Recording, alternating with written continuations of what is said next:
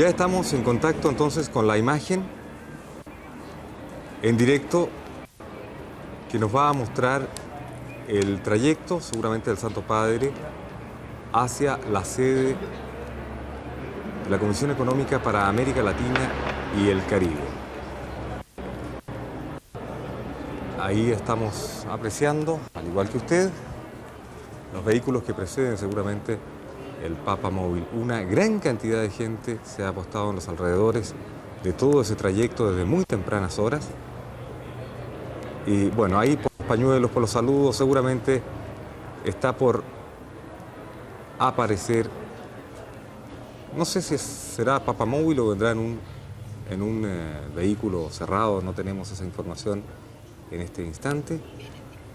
Pero nos imaginamos que es un vehículo cerrado, Paulina, ¿no? Sí, al parecer no viene en el Papamóvil.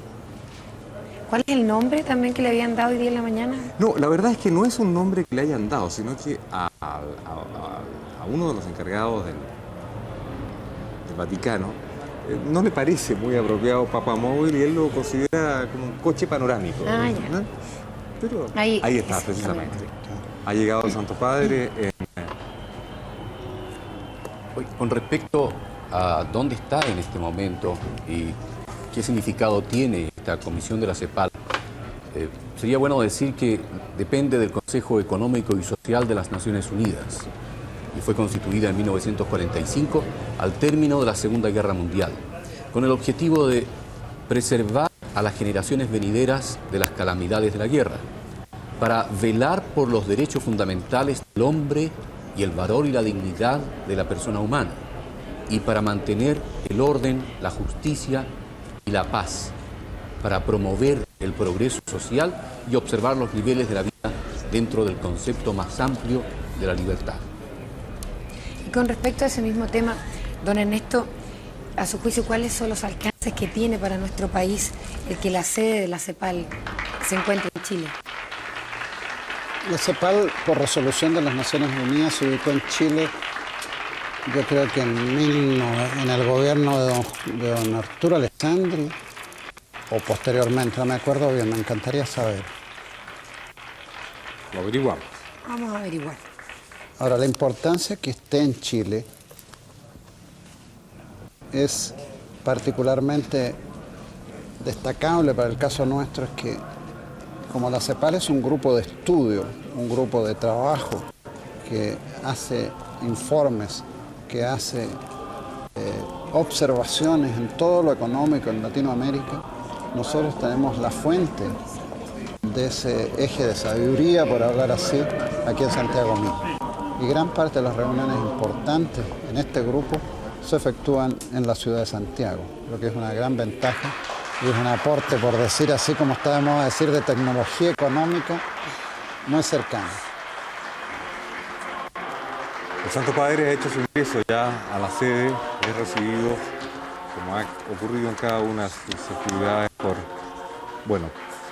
por el anfitrión, en este caso Norberto González, secretario ejecutivo de la CEPAL, y por un niño que le entrega un par de flores. Y con qué felicidad ese niño abraza al Santo Padre.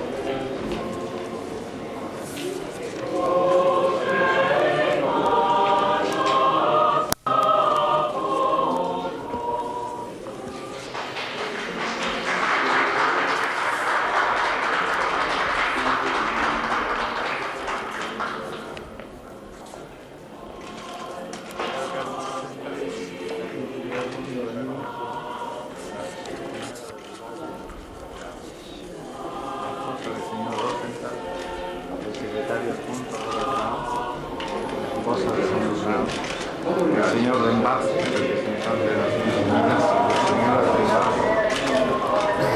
subdirector general de la FAO. Ah, muy bien.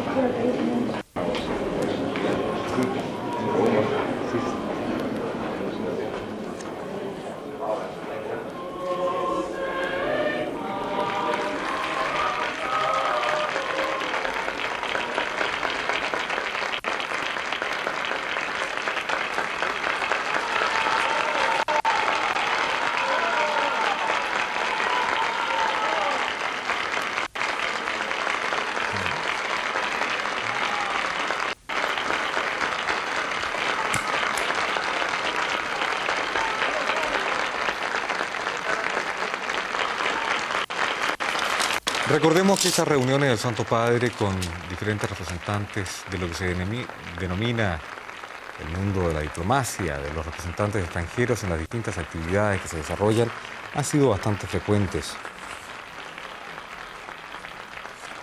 Y es así como reiteradamente ha manifestado que la vida diplomática es una vida de gran importancia en el sentido de que se basa en la facultad de los hombres de buena voluntad para escucharse, comprenderse, encontrar soluciones negociadas y progresar unidos en vez de buscar enfrentamientos.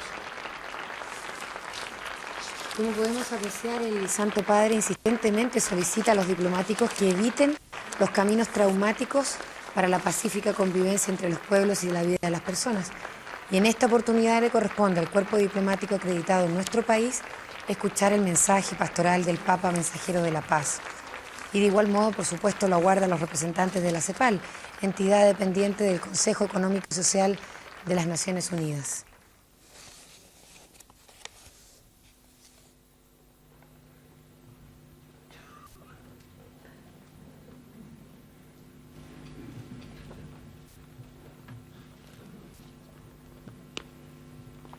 Su Santidad, estamos profundamente honrados de darle la bienvenida a esta sede de las Naciones Unidas y vivamente agradecidos por la distinción conferida a la CEPAL al dirigir desde aquí un mensaje a los países de nuestra organización. Las Naciones Unidas tienen como tareas fundamentales la preservación de la paz y de los derechos humanos y la contribución al desarrollo económico y social de los países miembros. La preocupación de su Santidad por estas tareas y la confianza depositada en su acción por los pueblos y los gobiernos dan un significado especial a su presencia en esta casa. En cuanto al desarrollo económico y social, en América Latina y el Caribe enfrentamos actualmente desafíos de una naturaleza y de una magnitud sin precedentes. La dignidad de la persona humana está afectada por las desigualdades, el desempleo y la pobreza. Estos problemas están arraigados desde muy antiguo en nuestras sociedades, pero hoy se presentan con caracteres más dramáticos y dolorosos como consecuencia de la crisis económica vinculada con la deuda externa. En el origen de la actual situación y en la forma de abordarla hay elementos éticos de honda trascendencia y por ello es de gran importancia escuchar la palabra de su Santidad. En cuanto a la paz, afortunadamente se ha evitado el flagelo de confrontaciones armadas entre países de la región en las últimas décadas. Sin embargo, persisten tensiones y conflictos entre algunos y diferendos entre otros. También en estos temas, la voz de su Santidad convoca a la paz y a la convivencia social. Cabe destacar el profundo reconocimiento de nuestra región por su mediación reciente en un diferendo que afectaba a 2 países miembros de nuestra organización. En este momento de búsqueda de nuevos caminos hacia la paz, el desarrollo, la justicia y la equidad, esperamos con enorme interés el mensaje de su Santidad, que sin duda inspirará y orientará a pueblos y gobiernos y, por cierto, a todos los que compartimos la labor y los principios de las Naciones Unidas.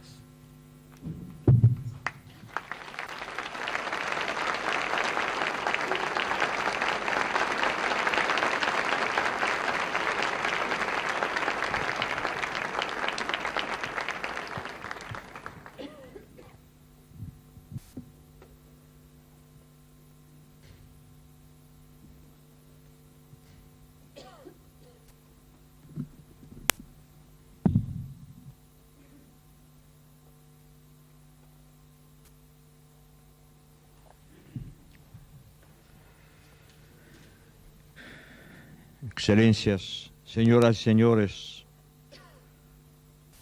es para mí un gran honor tener este encuentro en la sede chilena de la Comisión Económica para América Latina y el Caribe.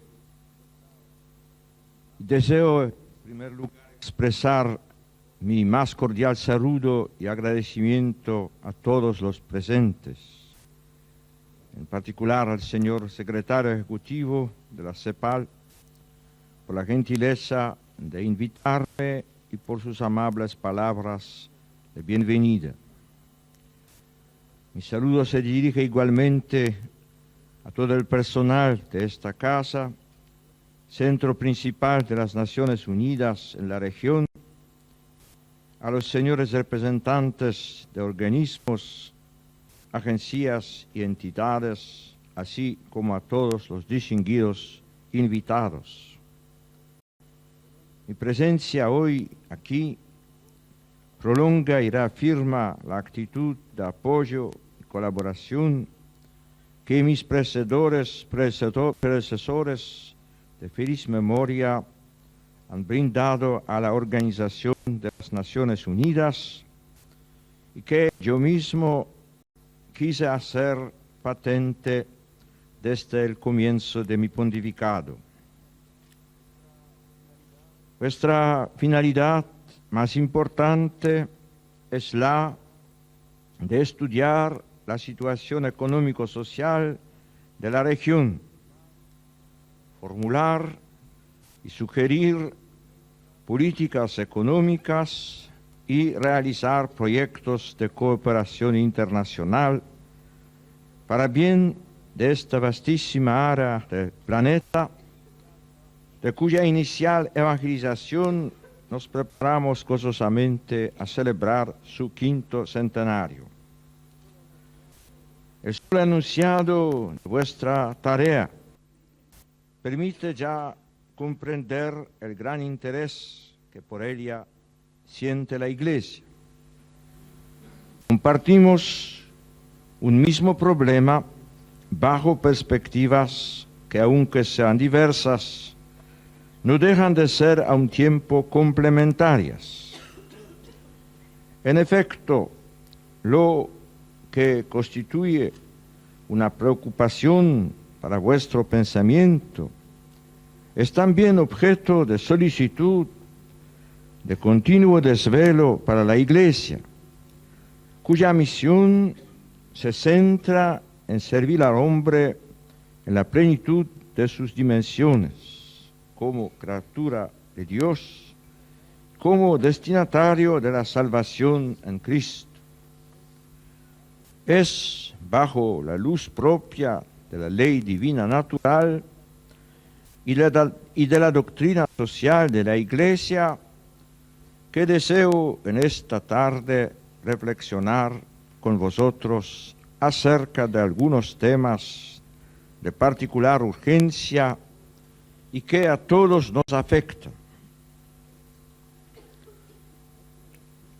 Vuestros estudios señalan que no obstante la diversidad de las economías nacionales, la crisis sufrida como conjunto entre 1981 y 1985 ha sido la más seria y profunda del último medio siglo, y que, a pesar de que no faltan signos de recuperación en el periodo más reciente, sin embargo, queda en pie un hecho dramático. Durante ese lapso de tiempo, el Producto Interno Bruto per cápita de la región bajó de modo preocupante en términos reales, mientras que aumentaba considerablemente la población y el servicio a la deuda externa se hacía más exigente. Indicáis también que, como era previsible, los sectores más duramente afectados por la crisis son los más pobres y que el fenómeno de la pobreza crítica tiende a la repetición de sí mismo, como decís, en un desalentador círculo vicioso.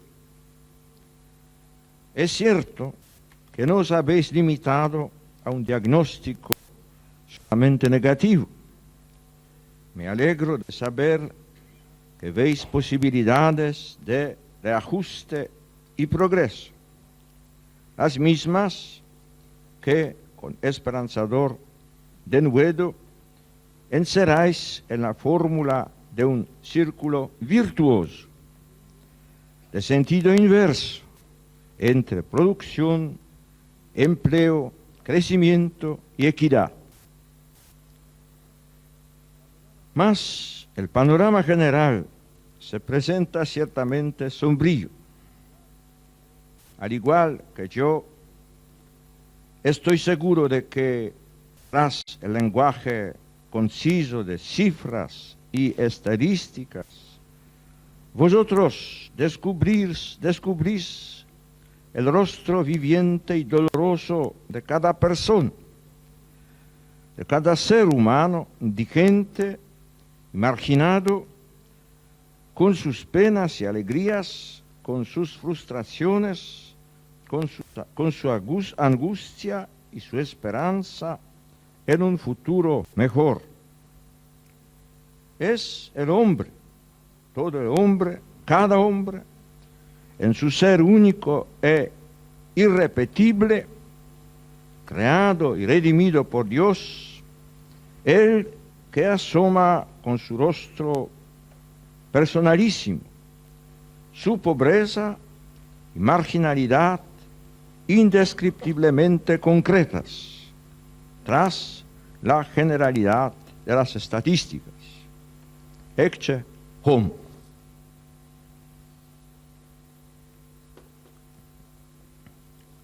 Ante esta perspectiva de dolor, no puedo menos de dirigir un llamado a las autoridades públicas, a la iniciativa privada, a cuantas personas e instituciones de toda la región puedan oírme, y por supuesto a las naciones más desarrolladas, convocándolas a ese formidable desafío moral que se formulaba hace un año en la instrucción Libertatis Conscientia en los siguientes términos: la elaboración y la puesta en marcha de programas de acción audaces con miras a la liberación socioeconómica de millones de hombres y mujeres cuya situación de opresión económica, social y política es intolerable. A este respecto y en línea de principio, se os plantea un primer problema en relación con el protagonismo del Estado y de la empresa privada. Como presupuesto doctrinal, me limitaré a recordar un postulado bien conocido de la enseñanza de la Iglesia en materia social: la relación de subsidiariedad. El Estado no debe suplantar la iniciativa y la responsabilidad que los individuos y los grupos sociales menores son capaces de asumir en sus respectivos campos. Al contrario, debe favorecer activamente esos ámbitos de libertad, pero al mismo tiempo debe ordenar su desempeño y velar por su adecuada inserción en el bien común. Dentro de ese marco caben figuras muy diversas de correlación entre la autoridad pública y la iniciativa privada. de cara al drama de la extrema pobreza, importa sobremanera que entre ambas instancias exista una mentalidad de decidida cooperación. Trabajad unidos, integrad vuestros esfuerzos, no antepongáis un factor ideológico o un interés de grupo a la indigencia del más pobre.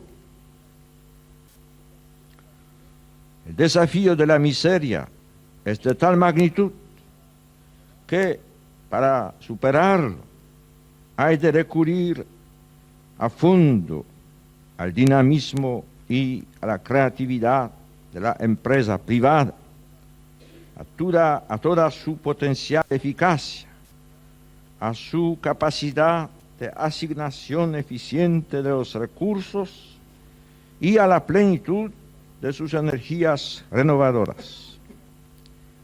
La autoridad pública, por su parte, no puede abdicar de la dirección superior del proceso económico, de su capacidad para movilizar las fuerzas de la nación, para sanear ciertas deficiencias características de las economías en desarrollo y, en suma, de su responsabilidad final con vistas al bien común de la sociedad entera.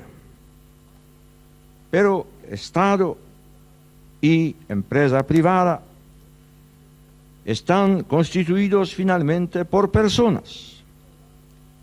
Quiero subrayar esta dimensión ética y personalista de los agentes económicos. Mi llamado, pues, toma la forma de un imperativo moral. Sed solidarios por encima de todo. Cualquiera que sea vuestra función en el tejido de la vida económico-social, construid en la región una economía de la solidaridad. Con estas palabras propongo a vuestra consideración lo que en mi último mensaje de la Jornada Mundial La Paz llamé un nuevo tipo de relación, la solidaridad social de todos. A este propósito, deseo repetir hoy aquí la convicción expresada en el reciente documento de la Comisión Pontificia Justicia et Pax sobre la deuda externa. Una cooperación que supere los egoísmos colectivos y los intereses particulares puede permitir una gestión eficaz de la crisis del endeudamiento y, más en general, señalar un progreso en el camino de la justicia económica internacional. La solidaridad como actitud de fondo implica en las decisiones económicas sentir la pobreza ajena como propia, hacer carne de uno mismo la miseria de los marginados y, a la vista de ello, actuar con rigurosa coherencia. No se trata solo de la profesión de buenas intenciones, sino también de la decidida voluntad de buscar soluciones eficaces en el plano técnico de la economía, con la clarividencia que da el amor y la creatividad que brota de la solidaridad. Creo que en esa economía solidaria ciframos todos nuestras mejores esperanzas para la región. Los mecanismos económicos más adecuados son algo así como el cuerpo de la economía. El dinamismo que les da vida y los torna eficaces, su mística interna debe ser la solidaridad. No otra cosa significa, por lo demás, la reiterada enseñanza de la Iglesia sobre la prioridad de la persona sobre las estructuras de la conciencia moral, sobre las instituciones sociales que la expresan. Vuestros informes técnicos merecen para mí una doble consideración. Por una parte, el hecho de que no se dividen soluciones de fondo a la extrema pobreza sin un aumento sustancial de la producción y, por tanto, un sostenido impulso del desarrollo económico de la región entera. Por otra parte, que esa solución, en virtud de su largo plazo, de su dinámica interna, sea del todo insuficiente de cara a las urgencias inmediatas de los más desposeídos. La situación de estos está pidiendo medidas extraordinarias, socorros impostergables, subsidios imperiosos. Los pobres no pueden esperar. Los que nada tienen no pueden aguardar un alivio que les llegue por una especie de rebalse de la prosperidad generalizada de la sociedad. Sé bien que ambos imperativos, dentro de la enorme complejidad del fenómeno económico, son sumamente difíciles de combinar, de manera que no se anulen entre sí, sino que, por el contrario, se potencien recíprocamente. El pastor que os habla no tiene soluciones técnicas que ofrecer al respecto. Ellas son de vuestra incumbencia como expertos. El padre común de tantos hijos desheredados está convencido de que su adecuada articulación en una política económica coherente es posible, debe ser posible, con la convergencia de tantas voluntades moralmente solidarias y por eso mismo técnicamente creativas. Me consuela saber que vuestros últimos estudios contemplan las estrategias para la conjunción de ambos imperativos económicos, el de largo plazo y el de urgencia inmediata. También me alegra saber que en el centro mismo de tales estrategias situáis la meta prioritaria de superar los altos índices de desempleo de tantos países de la región. A las políticas de reducción del desempleo y de creación de nuevas fuentes de trabajo se ha de dar una prioridad indiscutible. Dicha prioridad, como se muestra en vuestros informes, podría decirse que tiene a su favor incluso razones puramente técnicas entre la creación de trabajo y el desarrollo económico.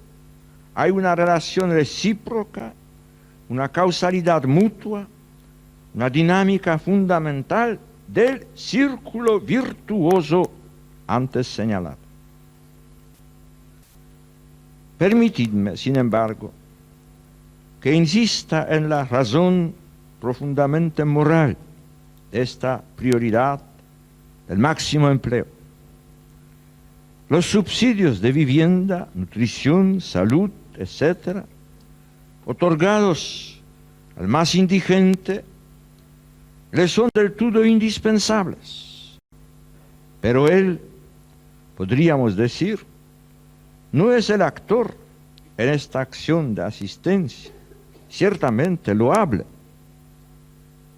Ofrecerle trabajo, en cambio, es mover el resorte esencial de su actividad humana, en virtud de la cual el trabajador se adueña de su destino, se integra en la sociedad entera e incluso recibe aquellas otras ayudas, no como limosna, sino, en cierta manera, como el fruto vivo y personal de su propio esfuerzo.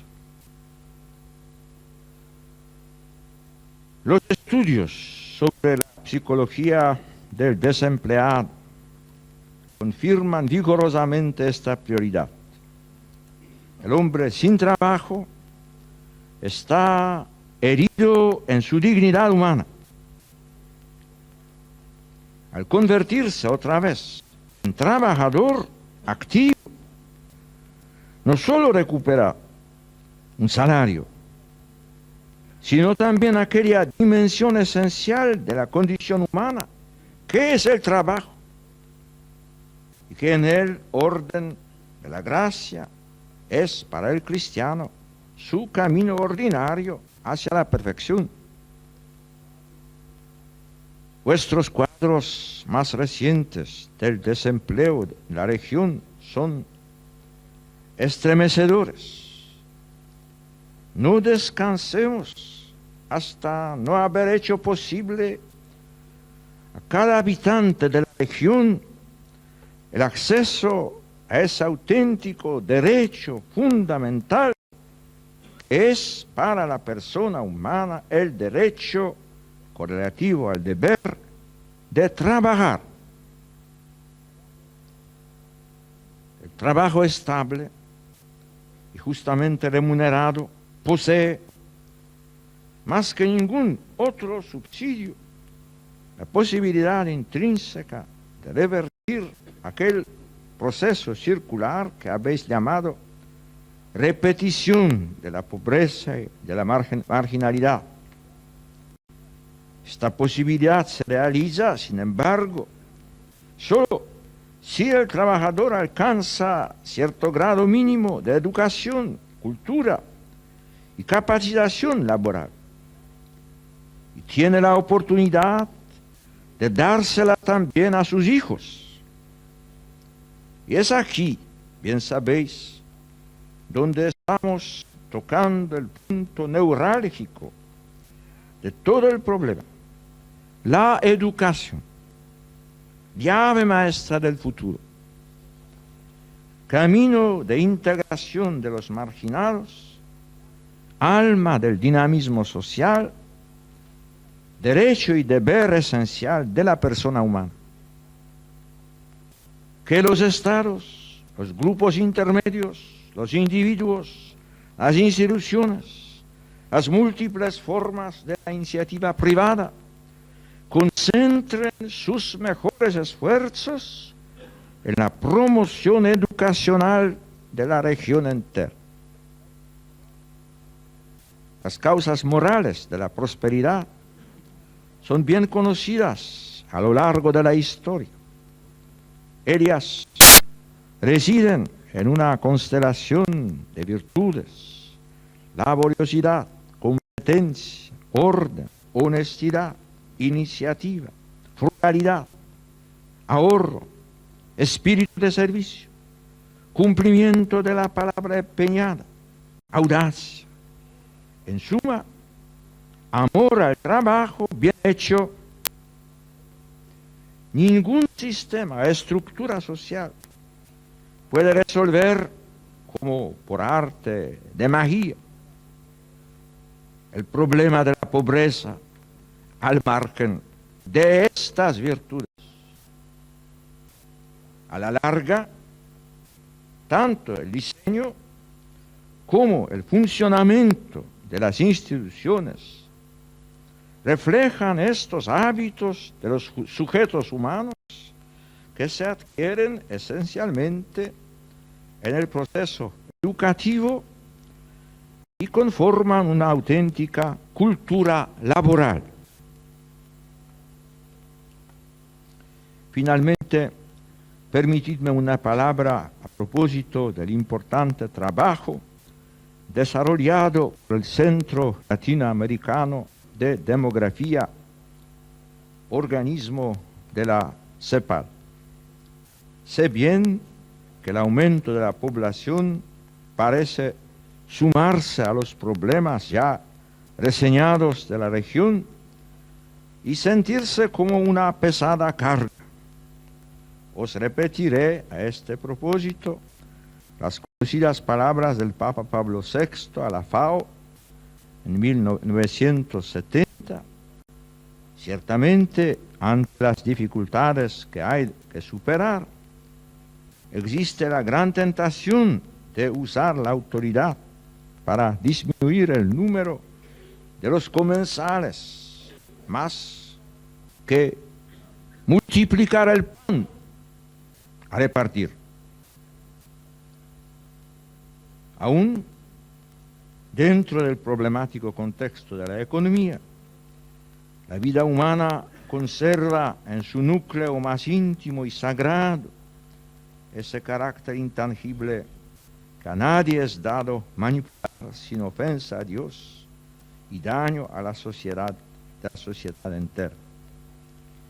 Defendámoslo a toda costa ante la facilidad de las soluciones fundadas en la destrucción, no a la anulación artificial de la fecundidad, no al aborto, sí a la vida, sí a la paternidad responsable. El desafío demográfico, como todo desafío humano, es ambivalente y ha de llevarnos a redoblar esa concentración que antes formulé, de las mejores fuerzas de la solidaridad humana y de la creatividad colectiva para convertir el crecimiento de la población en una formidable potencia de desarrollo económico, social, cultural y espiritual. De muchos otros temas comunes a la CEPAL y a la sede apostólica, hubiera deseado hablaros en esta reunión.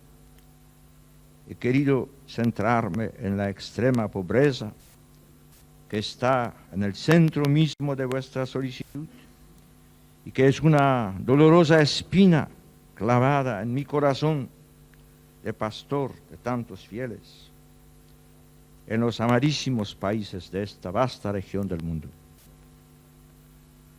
Os reitero mi agradecimiento por vuestra amable invitación que he aceptado como sumo gusto y elevo mi plegaria a Dios Padre Todopoderoso, a Jesucristo, Señor de la historia, al Espíritu Santo vivificador, mediante la intercesión de Nuestra Señora de Guadalupe, patrona de América Latina, para que sobreabunden las luces y las energías de lo alto sobre cuantos os preocupáis del progreso económico y social de los países en desarrollo, de tal modo que sea posible esta magnánima concentración de inteligencias, voluntades y trabajo creador exigida imperiosamente por la actual encrucijada de los países todos de América Latina y el Caribe. Muchas gracias.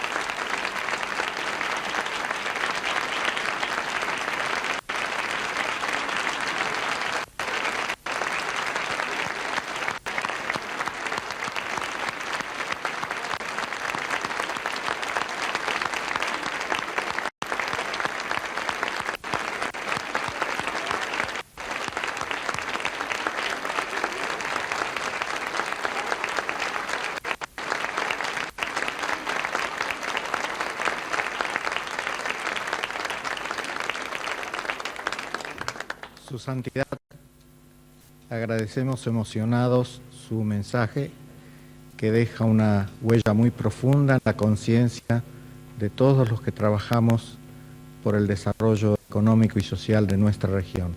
Muchísimas gracias.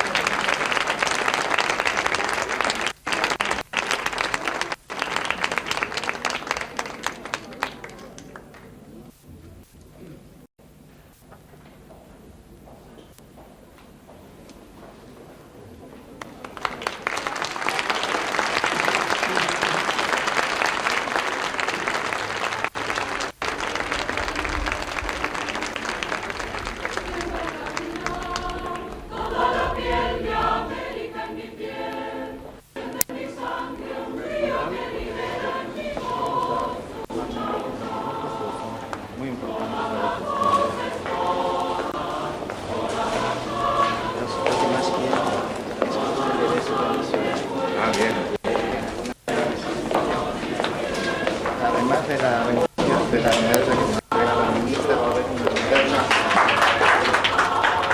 abajo. Me gustaría que usted la bendiciera también para dejarla como recuerdo de su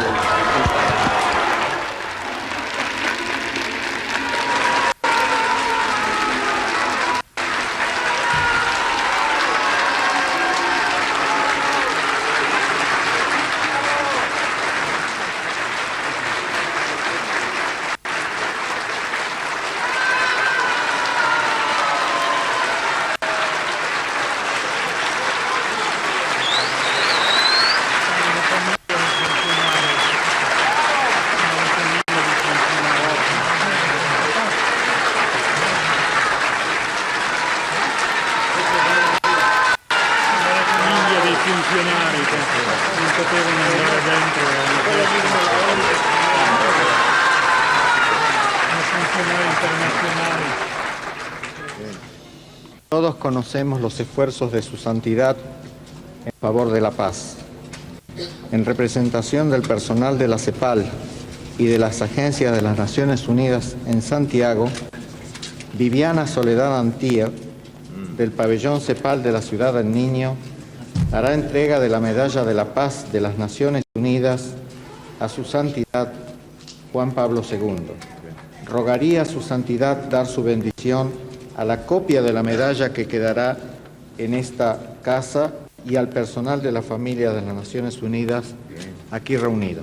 Muchas gracias.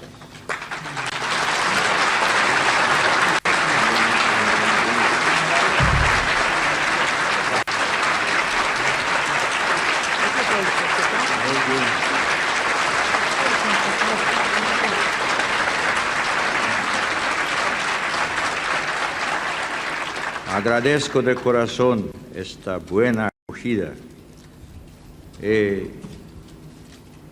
Quiero decir a todos que colaboran con la CEPAL en esta misión importante, para el futuro de los países de la América Latina entera, a todos que colaboran, o también a las familias de ellos, a los padres, a los jóvenes, a los niños, a los ancianos, a los enfermos, a todos. Quiero ofrecer una bendición, muy honrado con esta medalla ofrecida a mí. Entonces, que Dios bendiga a todos vosotros, a todos los seres queridos que tenéis en vuestros corazones. Benedicat vos omnipotens Deus, Pater, Filius et Spiritus Sanctus. Amén. Muchas gracias por esta visita tan impresionante, tan importante.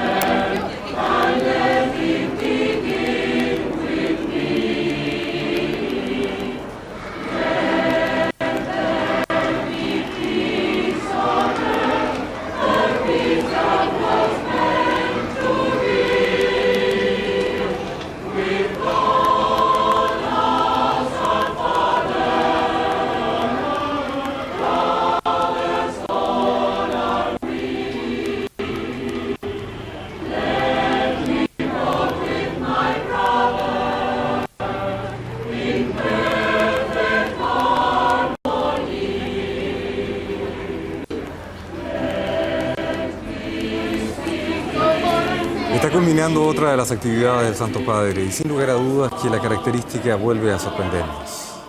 Al lugar que va, al lugar en que ofrece su palabra, entrega su discurso, es adecuado a las circunstancias. Y en esta oportunidad, en la sede de la Comisión Económica para América Latina y el Caribe, se refirió específicamente al tema del desarrollo económico y social de la región, abarcando tantos aspectos que de una u otra forma fuimos tomando nota, señalando la importancia de la CEPAL en cuanto a la misión que tiene en el mundo económico, al interés de la Iglesia en los problemas económicos como servicio al hombre. Se refirió también a la reciente crisis económica, diagnósticos sobrios y esperanza de futuro, persona humana con su pobreza y aspiraciones, un llamado a las autoridades y a la iniciativa privada, al Estado. Don Ernesto, ¿cuáles fueron los aspectos más significativos de este discurso del Santo Padre que a usted, que está directamente involucrado en esa área, la área económica, le llamaron la atención? Yo creo que en primer lugar las ideas centrales del Papa. Yo comentamos hace algunos minutos que el Papa era un hombre de ideas tajantes, centrales, importantes. Todo el discurso de él, uno lo puede resumir en su concepción del más respeto, del más profundo respeto al hombre per se.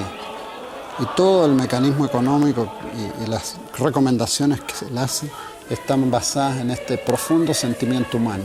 Y si quiere leer un resumen corto Me encantaría. de lo que dijo el Papa, bien resumido. Sí, cómo no. El Papa dijo que la CEPAL, y esto no es la CEPAL porque también lo ha dicho en Chile, voy a ir comentando lo que paralelamente ha ido pasando en Chile en la medida que comento el discurso del Papa. El Papa relató que los informes de la CEPAL indican que la crisis sucedida el año 81-85 fue la peor de los últimos 50 años. Y en realidad en Chile pasó lo mismo. Igual que pasó en los países latinoamericanos, en el año 1982 aquí se produjo una de las peores crisis, la segunda peor crisis de la historia chilena. Quedaron cesantes en la industria, por ejemplo, del orden de 170.000 personas. De 524.000 personas que trabajaban en la industria, bajó la ocupación industrial a 320.000 personas. 170.000 quedaron desocupadas. Es la misma tragedia que en los demás países. el Papa se refiere a esto como el círculo vicioso, de una crisis a otra.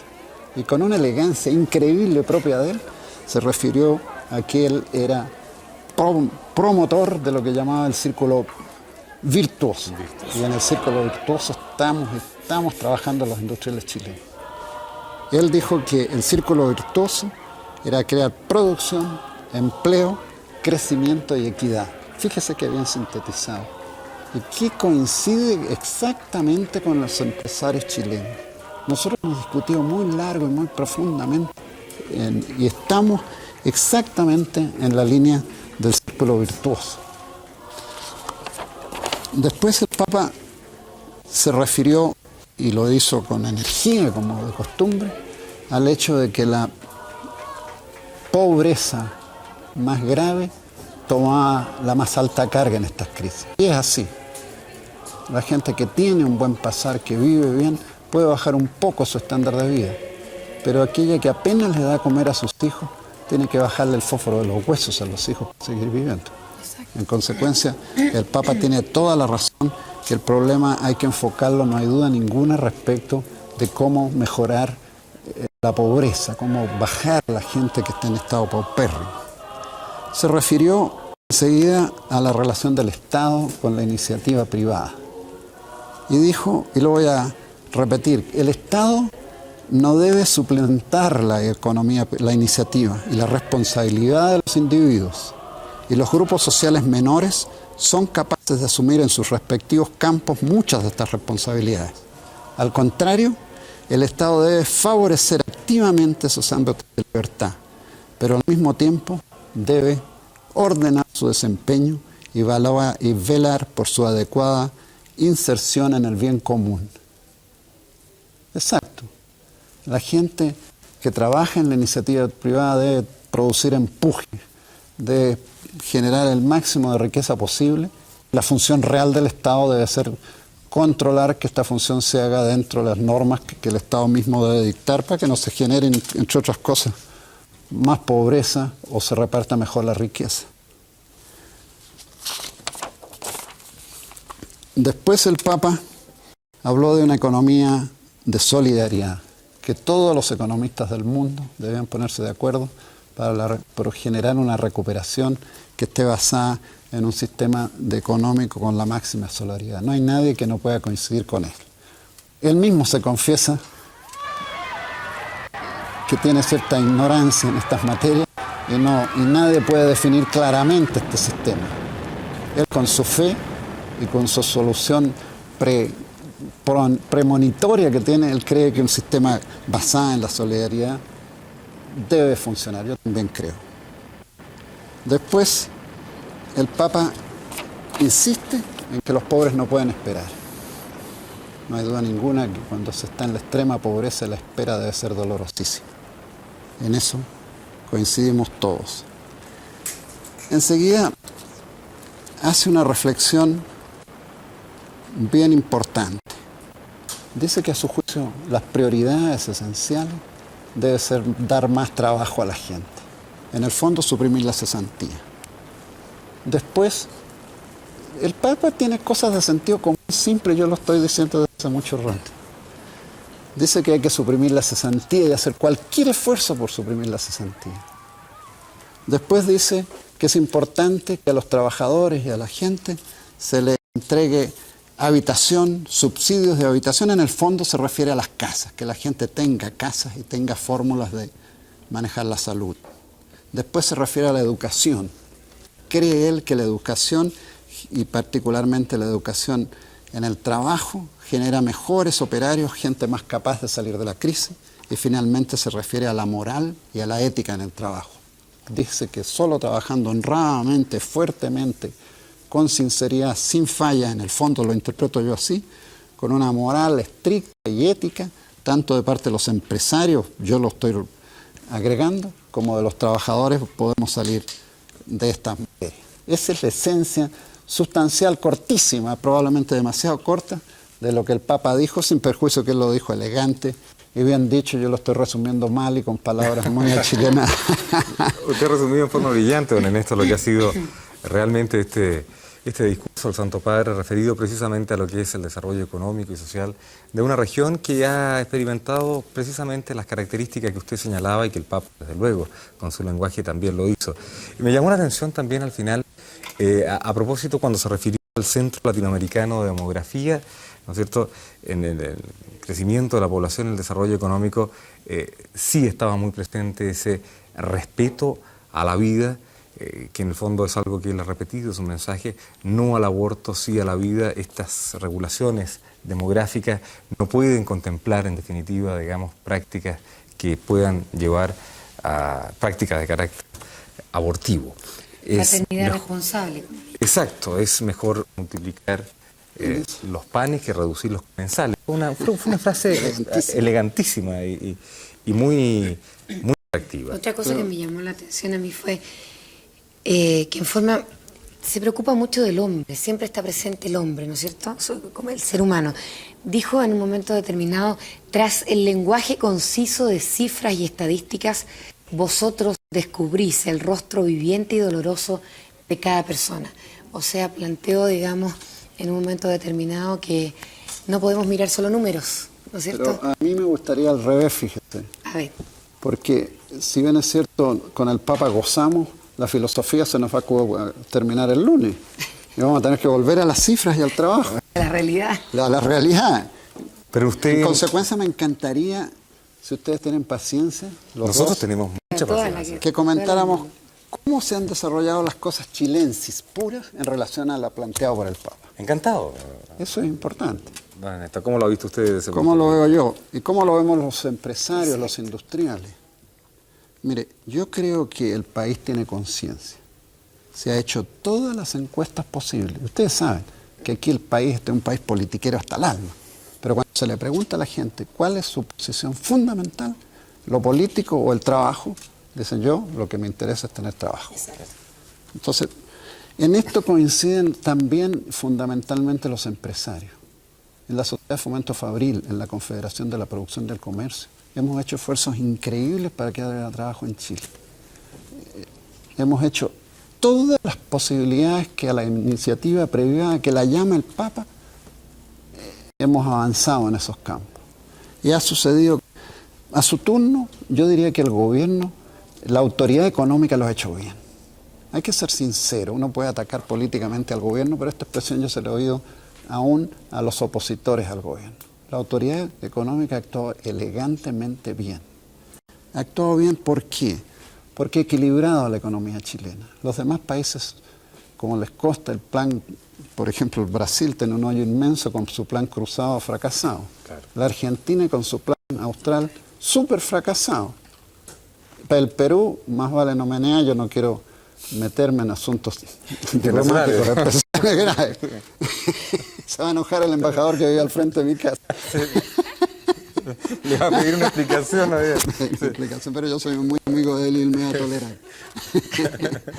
Pero ¿qué ha pasado en Chile? La autoridad económica ha sido capaz de equilibrar la deuda externa, de abrir al país al exterior, y con estos sistemas de equilibrio por un lado de la economía y con esfuerzos por dar más trabajo, le doy las cifras y se las repito.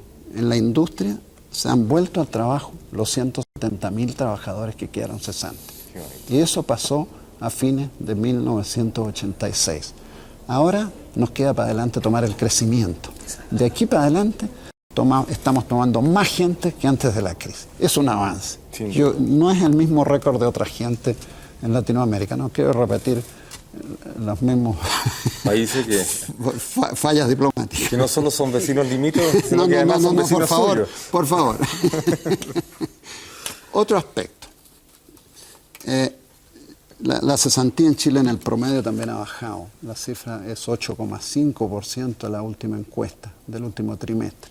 A eso hay que agregarle el PEN y el POS, que son parcialmente trabajadores, pero con eso se llega del orden del 11 o 12%, que si bien de cierto de todas maneras es alto, está caminando fuerte para abajo. Hay regiones en el país malas como Santiago, por eso ayer se quejaban los pobladores con toda razón, pero Valparaíso también, pero hay regiones en que faltan trabajadores, como todas las regiones fruteras, claro, la región de Magallanes, claro. O sea, en trabajo, yo creo que si bien es cierto, todavía estamos en una posición triste, se han hecho esfuerzos grandes de parte del sector económico fiscal, como muy fundamentalmente también del sector privado, para que vaya mejorando la situación de trabajo. El otro aspecto, veamos cómo cuadra lo que dice el Papa. Casa. A mí no me preguntan. Nosotros, los industriales, somos apasionados que los trabajadores tengan casa. Rigurosamente apasionados. Hay empresas chilenas. Aquí se habla. Ustedes es bueno que oigan estas cosas. Porque este es un país de pesimistas, de gente que destaca lo negro, lo negro, lo negro. ¿Saben ustedes que hay casas? Hay varias empresas chilenas que el 85 y el 90% de los trabajadores tienen casa propia. Y ahora estamos en una campaña para que la industria chilena haga los esfuerzos más grandes para que los trabajadores tengan casa. Esto desde el punto de vista industrial puro. Los trabajadores van teniendo cada vez más casa y se van a hacer esfuerzos para que los tengan. Nos vamos a juntar con todos los estamentos internos dentro de la industria para que los trabajadores tengan casa. Mucho más ahora después que el Papa nos recomendó. Enseguida, también yo digo que los planes del gobierno son razonables y se están construyendo más casas. Yo le recomendaría al Estado que gastara gran parte del esfuerzo en hacerle casa a la gente. Entre hacer muchas obras públicas internas en las ciudades, en que la gente anda en auto, pero ahora va a andar en los pasos sobre niveles mejores, etcétera, etcétera. Yo estaría gran parte de ese esfuerzo a hacerle casa a la gente, a pavimentar las poblaciones, a ponerle luz y agua potable. Todo el esfuerzo en eso. El Papa está dando empuje en eso y ha coincidido por divina providencia con el pensamiento de los industriales chilenos. Ahora, respecto de educación. Sobre educación es básico.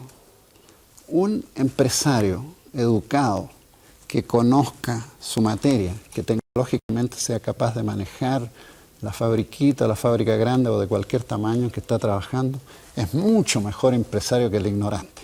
Sin duda. Sin duda. Sin perjuicio, porque particularmente en los tiempos modernos, en que hay máquinas complejas, situaciones económicas difíciles. Y eso que se refiere al empresario, se aplica igual al trabajador. Otra pregunta. ¿Sabían ustedes que hay una serie de fábricas chilenas que son verdaderas universidades? ¿A qué no? Sí. Ve. Se puede hacer. Por eso es lo que dijo el Papa.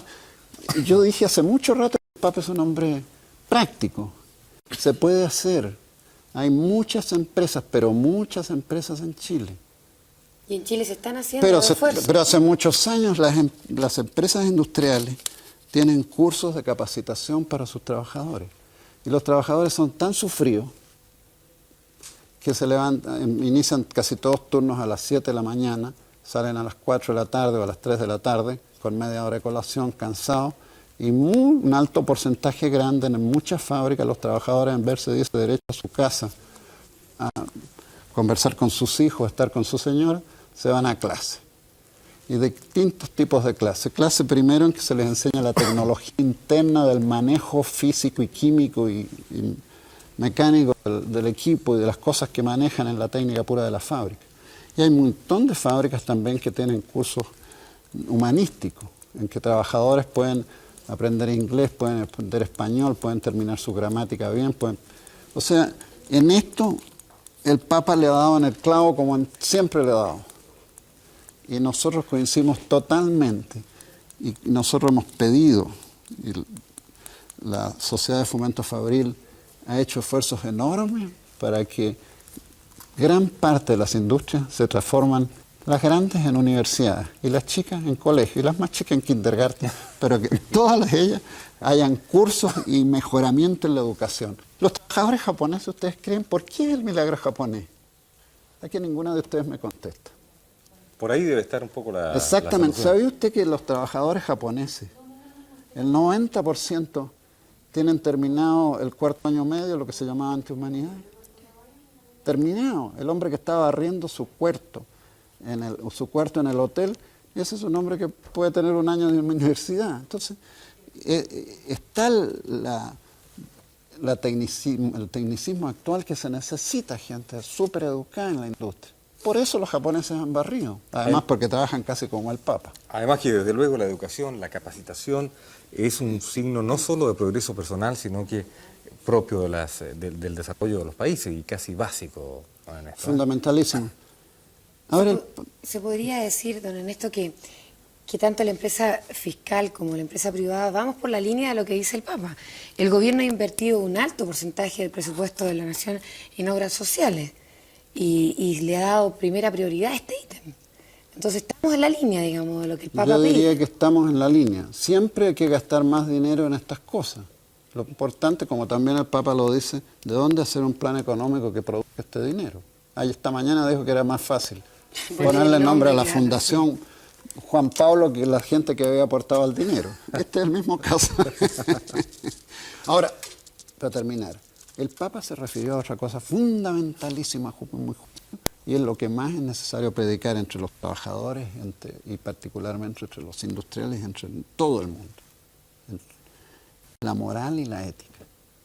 El Papa dijo que solo se progresaba y solo caminaban hacia adelante las empresas humanas basadas esencialmente en una alta moral, en un no hacer leso a... Yo lo interpreto, no me voy a meter a decir más las cosas que dijo el Papa, ahora ya es mi interpretación. ¿Eso qué quiere decir? Que un empresario debe ser un hombre profundamente capaz de entregar los mejores productos. Su obligación es competir legalmente con el del lado que produce lo mismo y entregarle a las dueñas de casa, Paulina, los mejores elementos al precio más barato. Eso lo está haciendo la industria chilena, la prueba que está exportando, ha mejorado notablemente. El empresario tiene obligación de pagar sus impuestos, de pagar sus leyes sociales, de hacer contratos adecuados con sus trabajadores, de pagar los sueldos más razonables posibles dentro de las emergencias del caso. Eso yo llamo moral empresarial. Y eso la predicamos en Fomento Fabril permanentemente. Las empresas que no tienen tejado de vidrio, que tienen la más alta moral, las aprecia el público y a la larga incluso es mejor negocio, sin falta ninguna. Pero eso que vale para las empresas, que vale para los trabajadores, es decir, que vale para los empresarios, lo mismo vale para los trabajadores. Lo que dijo el Papa, si un trabajador tiene la más alta moral en el trabajo, si trata su maquinaria lo mejor posible, si es capaz de producir trabajos de alta calidad, si no falla, si no produce de eso, en la larga está generando progreso. Y para terminar, me estoy alargando mucho seguramente. No, ha sido realmente entretenido, don Ernesto. Hay una cosa cortísima que le quería agregar. Lo importante es estar en la tarea de crear riqueza. ¿Se terminó? No, se nos bajaron Lo importante es estar en la tarea de crear riqueza.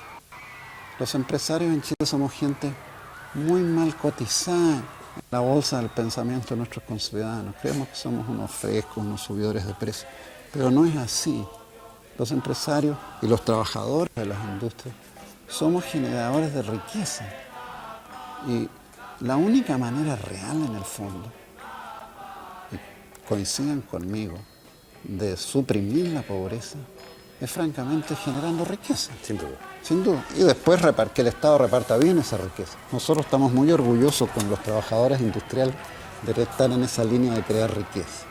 ¿Usted nos imagina, don Ernesto, el agrado que hemos tenido de contar con usted precisamente para el análisis de un texto del Santo Padre referido específicamente a los temas que usted ha abordado y que ha explicado de una forma tan brillante? Sabemos, porque ha mirado la obra en más de alguna oportunidad, que como que tiene que ir al aeropuerto. ¿Sabe para dónde me tengo que ir? ¿A dónde el Papa? Yo soy amigo de los pescadores. A Puerto Montt. Y no puedo evitar de estar mañana en Puerto Montt con el Papa en el mar y en el océano. No en alta mar, sino donde él esté, que va a estar a bordo de un barco de la escuadra chilena, y nosotros estaremos en una lancha pescadora por ahí. Que le vaya muy bien, don Ernesto. Muchas gracias muy gentil. por haber venido y muchas gracias. Y le agradecemos su presencia. Y veamos, mientras tanto, por dónde va el Papa, ¿no? A ver, ¿cuál es el recorrido, Darío? Sí, tenemos algunas imágenes que nos muestran ya no solamente las partes del recorrido del Papa, sino que como esa en que está la gente en el Parque O'Higgins y se ve el gigantesco escenario donde va a estar su santidad para celebrar celebrar esta Eucaristía que se ha llamado de la reconciliación. El Papa Móvil está recorriendo las siguientes calles. Salió por la avenida de Hammarskjöld cuando terminaba el acto en la CEPAL, tomó la rotonda Pérez-Sujovic, Costanera, avenida Andrés Bello, Pedro de Valdivia, Providencia, Plaza Italia, Alameda Bernardo O'Higgins. Si no me equivoco, y tratando de adivinar un poco cómo se ve Santiago desde arriba, una imagen y una visión a la cual no estamos acostumbrados, porque tendríamos que ser pilotos o pájaros. Y está pasando en este momento por Plaza Italia, según parece, hacia ya entrando a la Alameda, porque hay se calcula 9 kilómetros, un poco más, desde el lugar de la CEPAL, donde realizó ese acto, hasta el Parque O'Higgins. Ahí tenemos el momento en que el Papa Móvil está llegando al lugar donde está la gente esperando, ya a pocos minutos o a pocos instantes de ingresar al Parque O'Higgins.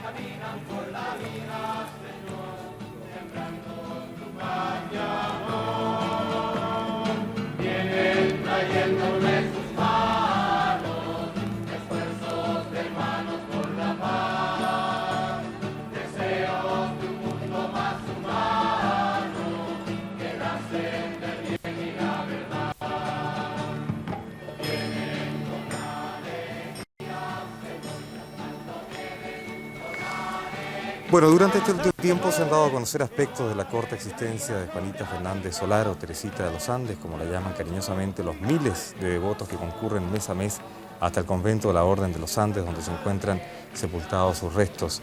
Y es este acto precisamente el que constituye una de las ceremonias más significativas para los creyentes del país.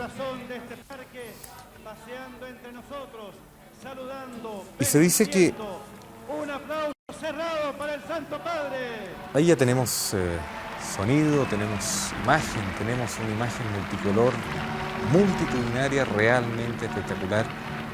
Estaremos en el transcurso de esta transmisión en contacto con nuestros equipos periodísticos que también están acreditados en el Parque O'Higgins para que nos den una dimensión real.